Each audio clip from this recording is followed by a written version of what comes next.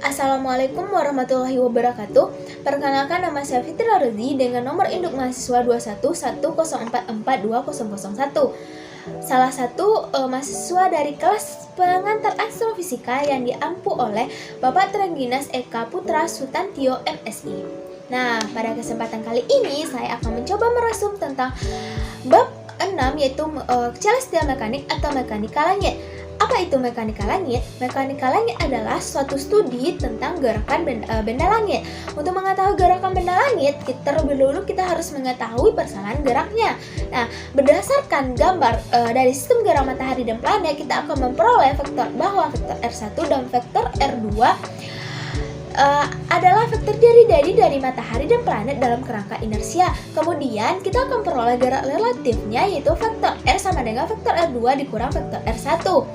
Berdasarkan hukum gravitasi Newton, planet akan merasakan tarikan gravitasi yang sebanding dengan massa M1 dan M2 dan berbanding terbalik dengan kuadrat jaraknya, sehingga menghasilkan persamaan F sama dengan min G dikali M1 kali M2 dikali vektor R per R pangkat 3. Kemudian berdasarkan hukum 2 Newton, percepatan R2 double dot sebanding dengan gaya yang diterapkan, sehingga persamaannya itu F sama dengan M2 dikali R2 double dot. Kemudian persamaan ini disubstitusikan ke persamaan sebelumnya, akan memperoleh persamaan gerak planet, yaitu M2 dikali R2 double dot sama dengan min G dikali M1 kali M2 dikali vektor R per R pangkat 3. Kenapa nilainya negatif? Karena gayanya diarahkan kepada matahari. Kemudian selain planet, matahari juga mengalami tarikan gravitasi, namun gerakannya berlawanan arah, sehingga persamaannya yaitu M1 dikali R1 double dot sama dengan plus G dikali M1 kali M2 dikali vektor R per R pangkat 3. Nah, untuk mengetahui gerak relatifnya, kita memisalkan G dikali M1 tambah M2 itu menjadi nu, sehingga menghasilkanlah persamaan R double dot sama dengan min nu dikali R per R pangkat 3. Nah, vektor jari-jari ini harus sebagai vektor fungsi waktu, namun pada persamaan gerak ini belum, sehingga kita memerlukan solusi dari persamaan gerak. Nah, solusi persamaan gerak itu kita bisa menggunakan momentum sudut, di mana momentum sudutnya haruslah konstan. Pada mekanika langit, umumnya lebih menggunakan momentum sudut yang dibagi dengan massa planet, sehingga nanti K-nya akan bernilai konstan dan tidak tergantung pada waktu. Nah, dan bisa juga kita gambarkan seperti gambar ayat tersebut, bahwa vektor momentum sudut K tegak lurus terhadap jari-jari dan kecepatan planet. Karena K-nya konstan, sehingga gerakan planetnya dibatasi pada bidang tegak lurus K. Kemudian kita bisa menggambarkan juga secara rinci, kita bisa menggambarkan bahwa kecepatan radial adalah proyeksi vektor terhadap kecepatan ke arah vektor jari-jari. Nah, dengan menggabungkan beberapa persamaan sebelumnya, kita akan memperoleh nilai K dot E sama dengan 0, dan nu kuadrat dikali E kuadrat dikurang 1 sama dengan 2 dikali H dikali K kuadrat, dimana persamaan ini sudah mampu menggambarkan ukuran, bentuk, dan orientasi orbit sepenuhnya, namun belum bisa menentukan posisi planet di orbit. Nah, dengan menggunakan hukum 1 Kepler, kita bisa menentukan persamaan orbit dengan di mana E sama dengan konstan, F sama dengan vektor radius R dan E, sehingga R dot E sama dengan RE cos F. Nah, kemudian kita bisa menurunkan sehingga menghasilkan E dot E itu sama dengan K kuadrat dibagi nu dikurang vektor R. Nah, dan diperolehlah persamaan kurcuk dalam koordinat kutub, yaitu R sama dengan K kuadrat dibagi nu per 1 ditambah E cos F. Dan di mana E ini akan memberikan eksentrisitas kerucut.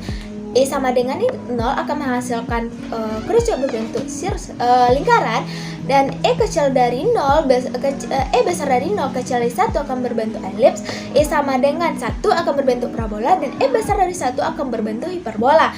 Nah, hal ini sudah membuktikan bahwa hukum 1 Kepler menyatakan bahwa orbit dari sebuah planet adalah elips. Salah satu fokusnya adalah pada matahari. Hiperbola dan parabola adalah kemungkinan orbit yang akan terbentuk. Nah, seperti yang kita ketahui bahwa persamaan gerak itu belum menemukan solusi sederhana dan memerlukan 6 konstanta integrasi, maka enam konstanta integrasi itu disebut dengan unsur orbital. Yang pertama adalah sumbu semi major A, yang kedua eksentrisitas E. Nah, yang ketiga adalah kemiringan I, yang keempat longitude of the extended knot arm, yang kelima adalah argumen kecepatan perihelium, dan yang keenam adalah waktu perihelium.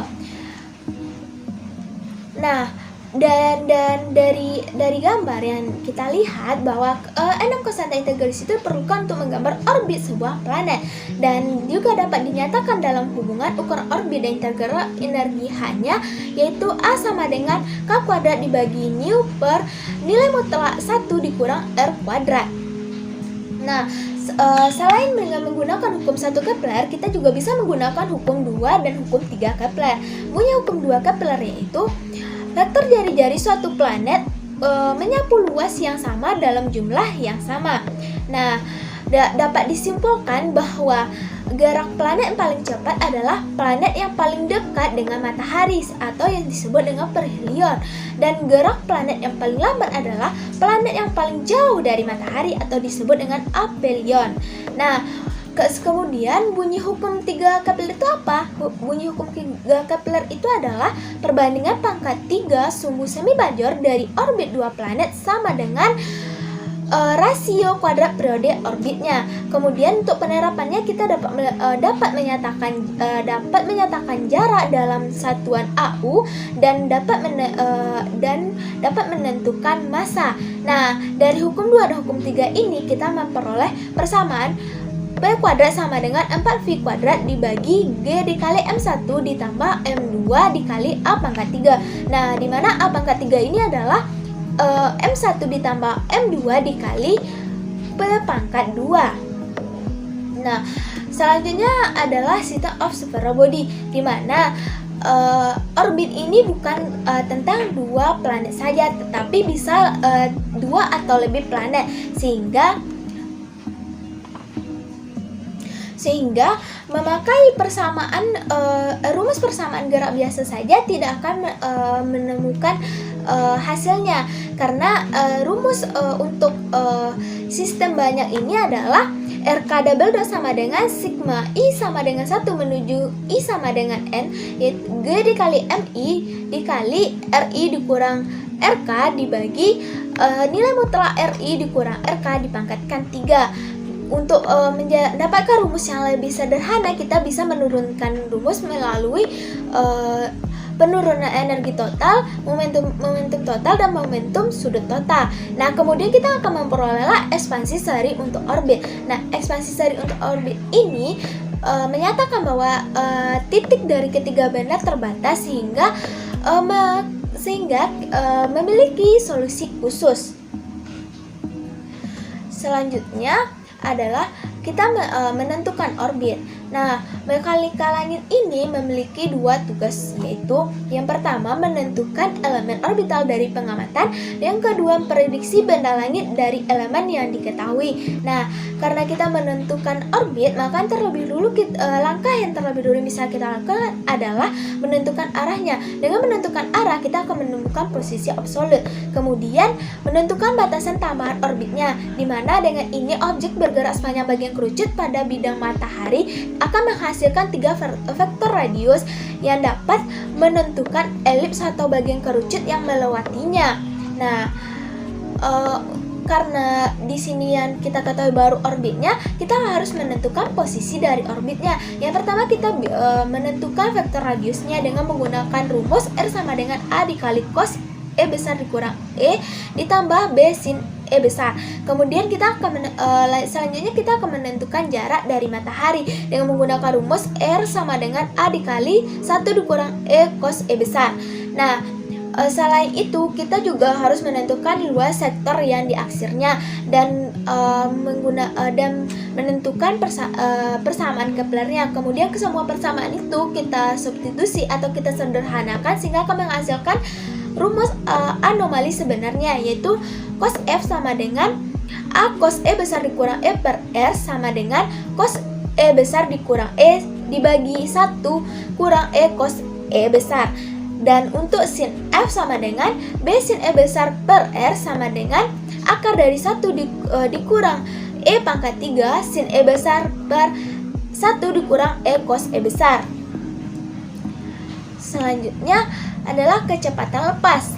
Nah, untuk kecepatan lepas ini terjadi jika sebuah objek bergerak cukup cepat, ia akan melarikan diri dari medan gravitasi pusatnya, atau lebih tepatnya benda meluas hingga titik tak terhingga, sehingga objek tidak pernah benar-benar lepas tetapi mampu surut tanpa batas.